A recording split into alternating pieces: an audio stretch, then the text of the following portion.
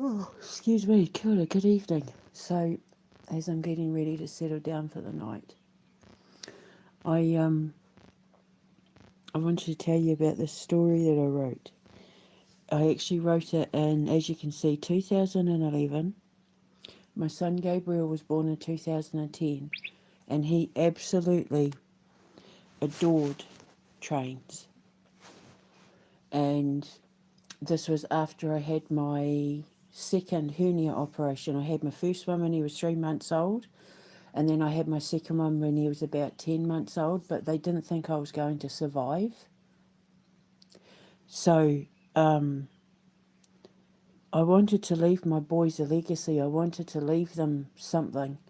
I wanted, just in case I didn't survive the operation, because I had nearly died in the first one and I nearly died during the second one, but I was so weak it was touch and go. I was with the kids by myself, and my ex wasn't around, and yeah, it was, I collapsed and I was rushed to hospital. So I wrote some children's stories. I had a writing pad with me, and I wrote some stories just in case I didn't survive. My babies would have something to remember me by. I wrote um, Thomas the Robot and All Robots Fart, and Thomas the Sausage Boy as well. The story of two little boys. Like, I wrote a whole pile of little stories for them, based on them and the things they liked. The day Chris got me locked up, I show you the book because I was showing you my drawing of the Dragonarium, and that book Obot that he wrote, that he stole Thomas the Robot and turned it into his own story. And when I figured it out, that's why he got me locked up. But he's got the originals because I gave them to him just in case anything happened to me. I've got a couple of the originals, but one of the stories that I wrote was The Littlest Train. And it's basically a story about the mayor of this town is holding a competition for all the trains in the town, because at the time he loved Chuggington, he loved Thomas the Tank Engine, Thomas Flens, he'd call it. He, I made sure that he wanted for nothing when it came to train sets and building all the towns, and he turned his room into like this metropolis of trains, where the train tracks and subways and that would go up under his bed and around the legs. And he was so clever. At like 2, 3 years old, he was like a born engineer. He has it in him to be an engineer. He gets it from his mum and his koro. But so I wrote The Littlest Train, and yeah, so the mayor is holding a competition with the trains in the town because they're building a new railway system to take tourists and that around the town. And they need the perfect train, but everybody laughed at the littlest train because he was too little. He wasn't fast, he wasn't strong, he wasn't big, he wasn't this, he wasn't that, and he used to get bullied for being the littlest train. And of course, obviously, it has a happy ending. And then 2023, I was talking to Gabriel and we were saying, because one of the things that I want to do at Fire is I want to have a miniature train. We want to have a normal miniature train. We want to have a Halloween train and a little mini Polar Express for Christmas. And I said to Gabriel, would you mind if I turned the Littlest Train into a Halloween story? And he said no. So I tweaked the story a little. I've still got his original one, but the new version is Halloween, because then at Halloween, we can bring the Littlest Train to life. And any kids that read the books, and because we're going to be, my Sunday morning matinee children's radio stories, where we'll have all the voice actors doing all the, because I grew up with like Bad Jelly the Witch and The Littlest Train and that, like I've talked about this stuff before. not the Littlest train, Flick the Fire Engine and all that. We used to gather in my parents' bedroom and listen to the Sunday morning radio stories, and it was just, I loved it because my dad was there, and dad being in the army, he was never home. So, when we got to have these Sunday morning story times with him, it was really special. And I want to bring that back.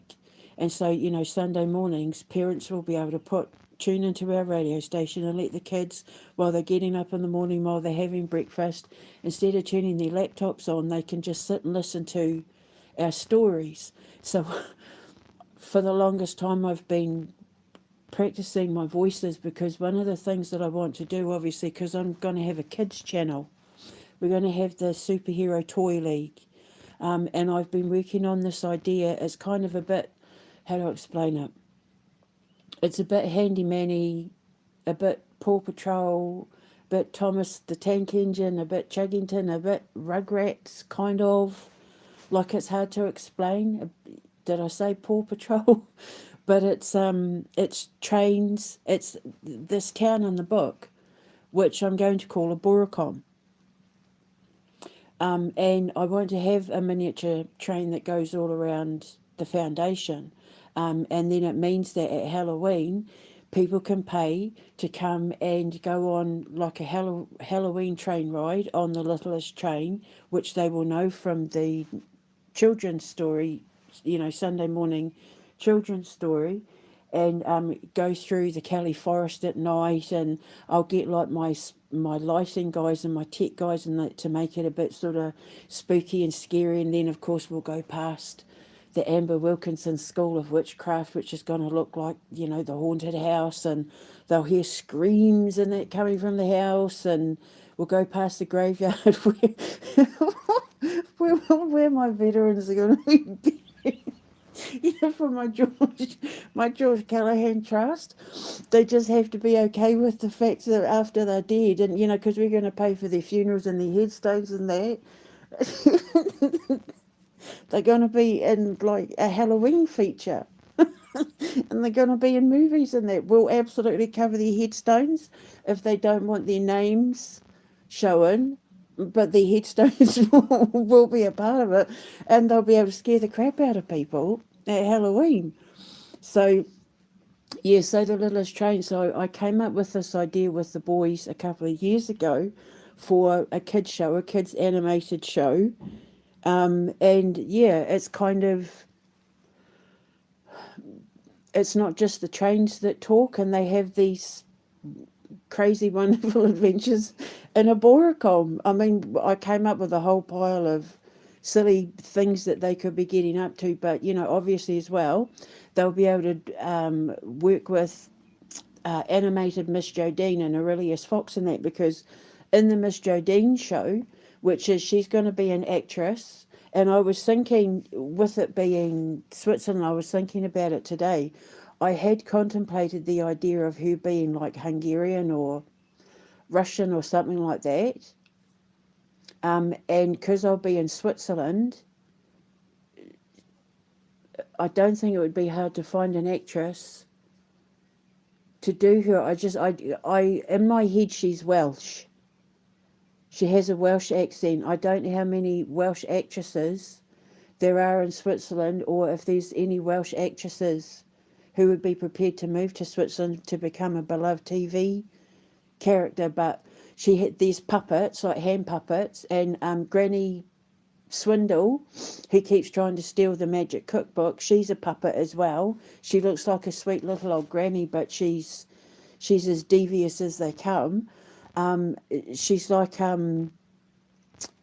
what's his face from SpongeBob, the one that owns the chum bucket. He, how he's always trying to steal the recipe. He always gets so close, but never quite. That's Granny Swindle. So, but Miss Jodine's going to be real.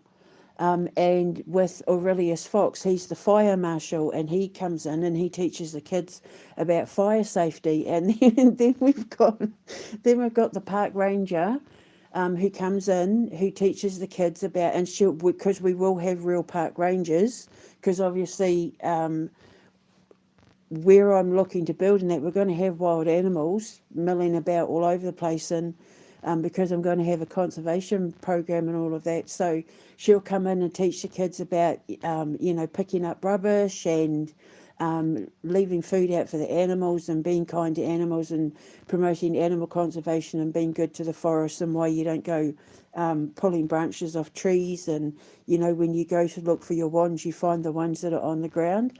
You never ever pull branches off the trees because it causes the trees pain. And that's not a hippy dippy thing, that's an actual fact. Sap and the amber that comes from the trees, that's them bleeding. They feel physical pain. And so, we have to respect the trees and that. So our park ranger, she was Indigenous. I don't know how I would work that one with Switzerland. She'd have to be like Indigenous, maybe Icelandic or Norwegian, or I don't know. But her name's Do Rami. She's a deer. Doe, doe, a deer, a female deer. Ray, a drop of golden sun. Me, a name I call myself. Far a long, long way to run. Her name's Do Rami. She's a deer. She'll look like a deer, because some of our characters, like Aurelius Fox, they'll be anthropomorphic. So they'll be actors, but they'll look like animals. And then we'll have the puppets, and then we'll have Miss Jodine. And then she's going to do like a whole pile of really awesome things, including teaching kids how to cook and to make quick, safe, easy snacks for after school, that sort of thing, and how to deal with bullying, and using the occult to do it in a way that's not really the occult. It's old wives' tales, things that have been handed down to by our parents and grandparents. And the great thing is that a lot of wives' tales and a lot of this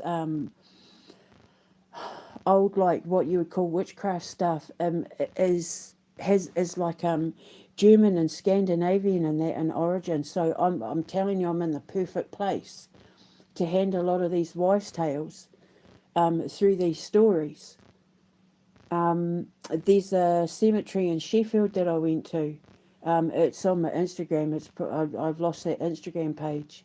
I don't know. I don't know if I've got copies anywhere else, but a lot of the stuff that was on the signs there was old, like Germanic wives' tale things, and like the story about the Christmas tree,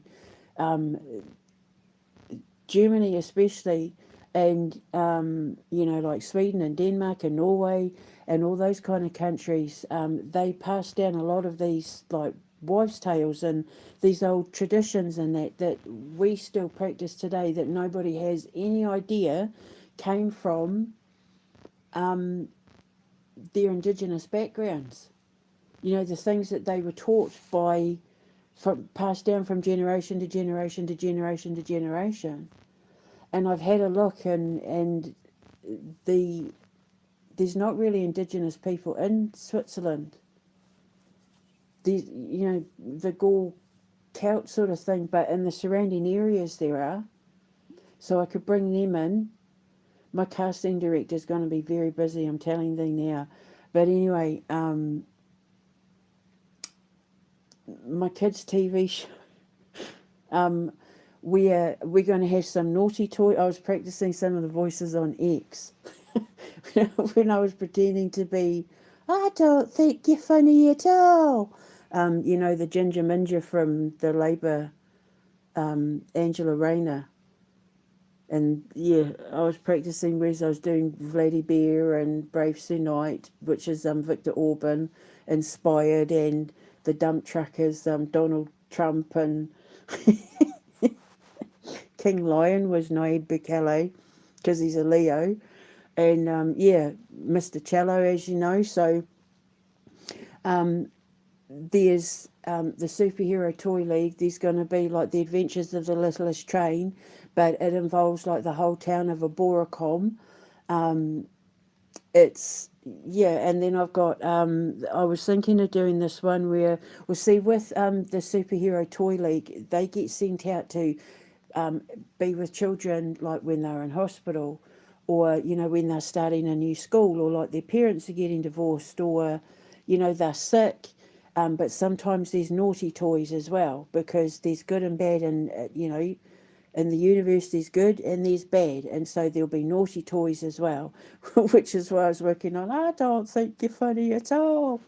So so I've been working on kids' voices, and that's what I'm going to be doing at the house, my recording studio, because I want to do some of the voices for the kids shows. So this other one I was thinking of doing was involving like with the parents. It's basically like octonauts, which my boys, because Gabriel absolutely loved underwater things as well. At one point he wanted to be a vet that specialised in marine animals. And so obviously I encouraged it. We should take him to all the aquariums and all of that. And yeah, octonauts. It's basically, how the octonauts would get sent out when there was distress in the ocean, and they'd preach little things about looking after the animals in the ocean, and teach you things about the underwater animals and that. But this is more like where parents. Can you believe they cut me off? Can't believe they cut me off. Can't believe they cut me off. So I can't believe they cut me off talking about kids shows. So yeah,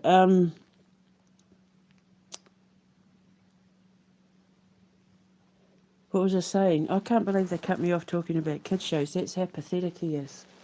So yeah, so it's basically mums and dads going out. They get called. They get a signal. They get called, and they go out to help kids who maybe don't have a parent, and help them do things that the parent doesn't need to teach them to do.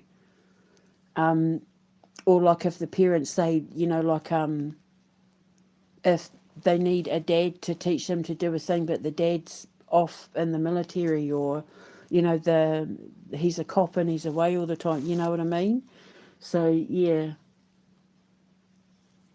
So I've been working on my voices for the kids shows. I can't wait to do. I'm really excited about doing the voices for the kids shows. I'm just trying to think of one.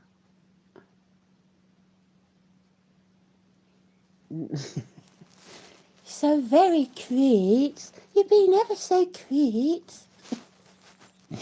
Because the little baby doll, we got the teddy bear. My teddy bear's got quite the Yorkshire voice, I've been working on accents for me toys. Oh, I've got all shy. But yeah. See, in my recording studio, I'll just have the headphones on and I can read the script, and I don't have to worry about people listening to me live. I don't know what you're doing, but it's ever so cute. Ever so cute. She says cute. She can't pronounce her words properly, so she says things like cute. But because I've been living here so long, all the bloody voices are British, or like I can do Australian. Yeah, so I can do an Australian voice, because I have got a crocodile character that we're going to do that will require an Australian accent, but I'm hoping I can get an Australian actor. My nephew, my best friend Neffy, he lives in Queensland, and he's going to be one of my voice actors. So he'd probably be better doing the crocodile than me, but if push comes to shove, I can do the crocodile as well. Crocky. Gonna take a bite out of that one.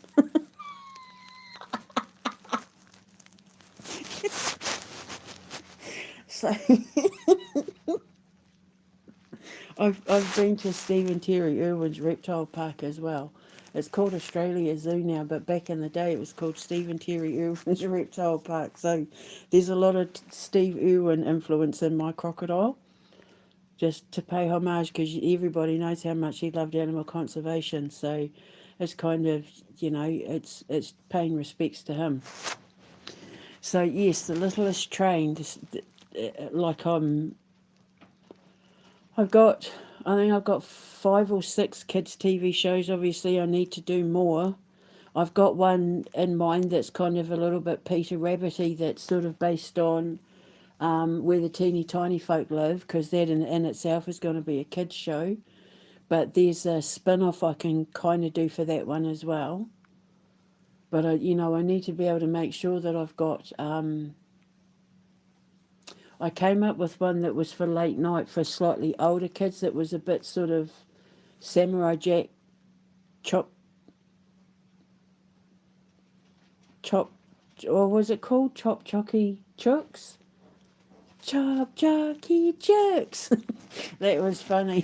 Cow and chicken, IR Weasel. That silly kind of comedy, but for older kids, for older senses of humour. Based on, it's kind of like it was actually loosely based on my friends, my sons and their friends on Discord, and the role playing that they do. It's kind of that, but I turned it into like an older kids version of Scooby Doo, where they have different adventures. Have to go on different quests in that every week. So yeah, it was actually my sons and their friends that did inspire me for that one. But it's like a little bit silly as well. And then yeah, there was kind of like Robot Chicken, but based on the characters for the art of creation. Because obviously I want to be able to have a 24-hour station for the kids' TV. So yeah, that's kind of, now that I'm sort of coming to the end of coming up with ideas for my movies, I can now move on to the kids shows.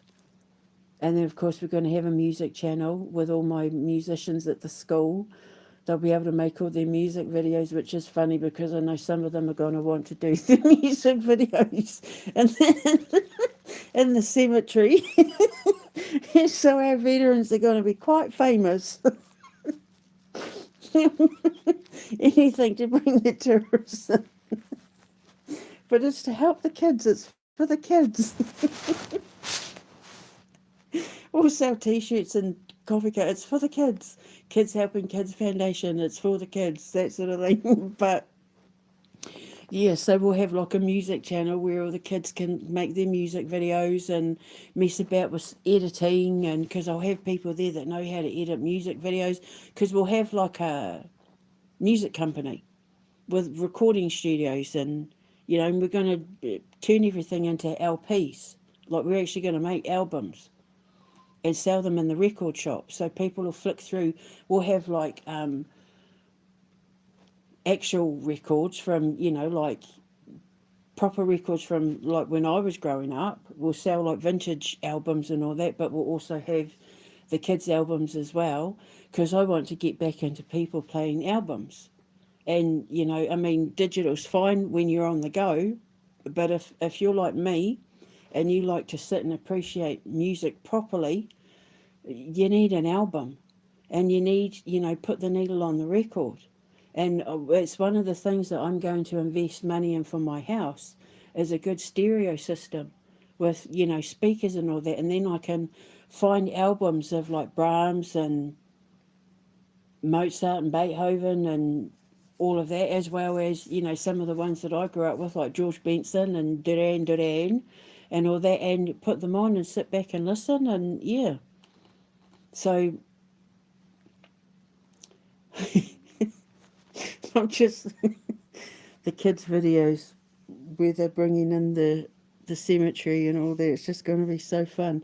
So yeah, so now I'm focusing on all the kids' stuff. I'd love to do a TV show where I've got musicians teaching the kids how to learn the violin, like easy learning piano, easy learning, where they'll come in and teach the kids how to play instruments, like, just basic, just to get them started to see if they want to do it, and also teach them how to do art and, that sort of thing. So, yeah, so now I'm focusing on the kids' stuff.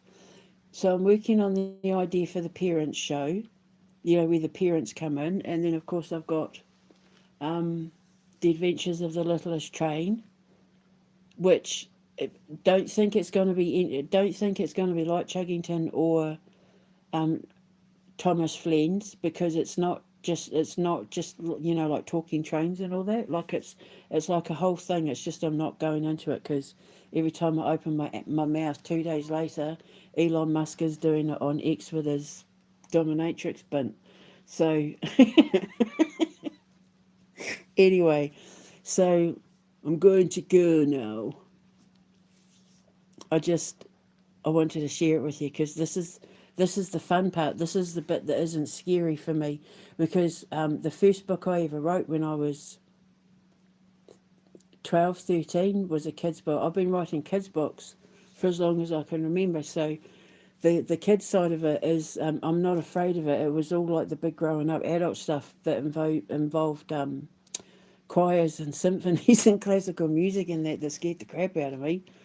But kids, not a problem. First book I ever wrote was How the Hedgehog Got Its Spikes. I think my niece has still got it too. Anyway, so I'm going to make myself a cocoa, a hot cocoa. I love having cocoa at night.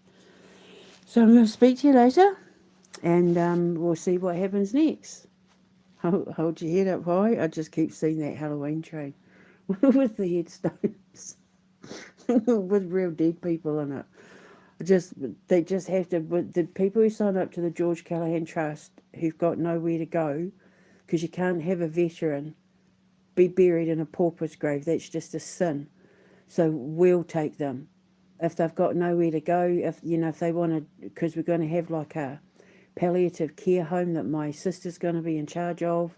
So, and then we can bury them and they'll get a headstone and they'll be taken care of, and they won't have to worry about a thing. It's just that they have to agree that they're going to end up in Halloween movies and, be a Halloween prop and be in videos and stuff like that. So they'll probably end up quite famous. we have a Halloween cartoon with talk. Oh, look, there you go. With talking headstones. Oh my God, that's just given me an instant idea for a Halloween cartoon. Oh my God, that's just given me an idea. Because I was also going to use them to teach the students at the Amber Wilkinson School of Witchcraft. I've just come up with a brilliant idea for a Halloween series. Oh, well, there you go. So that's what I love about being a writer, eh? I'm telling you, listening to classical music and taking those mushroom vitamins has just completely blown my mind, my creative mind, right open. So I'm going to go and I'm going to sit and contemplate my orb now with this idea for the graveyard. Well, it's a cemetery. A graveyard is if there's a church attached. A cemetery is not. So, right, so I'm going to go. I'll speak to you later. Ka kite anō. Mwah.